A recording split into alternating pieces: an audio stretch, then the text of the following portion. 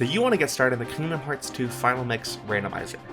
Setup has gotten much easier over the years, but there are things you should still know. First of all, probably the best resource you would need, of course, is KH2Rando.com, a website that explains just about everything I'm about to and more.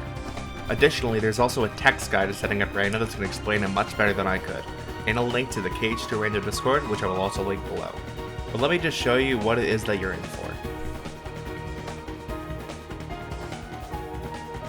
First thing I'm going to go over is the Garden of Assemblage mod. Now this mod is the baseline of the randomizer. These portals normally take you to each Data Organization 13 fight, but now they take you to each world in the game, no gummy ship needed.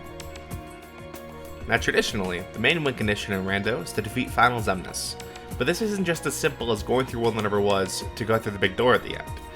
For this door to unlock, you must find the 3 proofs. Collectible items from the base game that normally just give you a crown on Sora's head, now are tied to the completion of the game. Once you find each proof, you can go through the one that never was and defeat the 5 bosses to reach final fights. Or, assuming the setting is on, you can obtain the Promise Charm, which gives you the ability to interact with the computer in the Garden of Assemblage and reach final fights. Though, this would still require the proofs as well. Like most randomizers, we also do have a downloadable tracker to assist you in keeping track of all these items. Now we track what we call important checks. What we have designated as important is the 13 answer reports, magic, drives, summons, money pouches, visit unlocks, special abilities like Second Chance and Once More, and of course the penultimate proofs. The different hint systems are also tied to your tracker. Now we have a few different hint systems. A full explanation can be found on KH2Rando.com, but very quickly there is J-Smarty hints, where if you find an answer report, it will tell you how many checks there are in one world.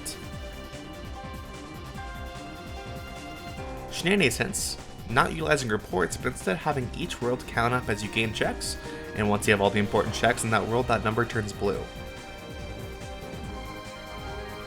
Points hints, similar to Shenanigans hints, give you most of the information at the start, but instead of counting up, it counts down.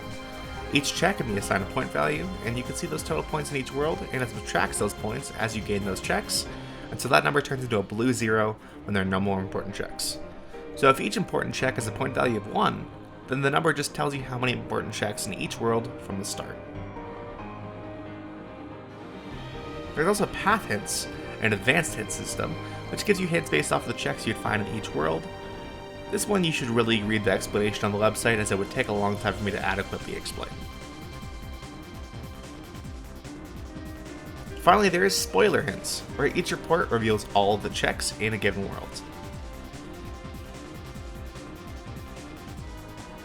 There is also progression hints, which this isn't a unique hint system, though it is an alternate means of obtaining your hints. Instead of just starting with all your info or receiving them via answer reports, you gain progression points, completing various content in the seed. This makes the flow and order of information consistent across runners and less luck dependent. Now for the last tool you'll need, we do our timings with live split, but we do have a load remover you should add on. This is what we use for competitive timings to prevent advantages from higher NPCs. All you need to do is download the Autosplitter ASL below and open Live Split. Right click on the timer and go to Edit Layout. Click the plus icon, go to Control, and then click Scriptable Autosplitter.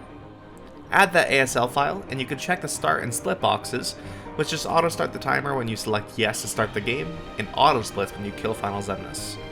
From there, you can add an additional timer to your layout, and make sure one of these has the timing method as game time, and that timer will be the one that removes the loads.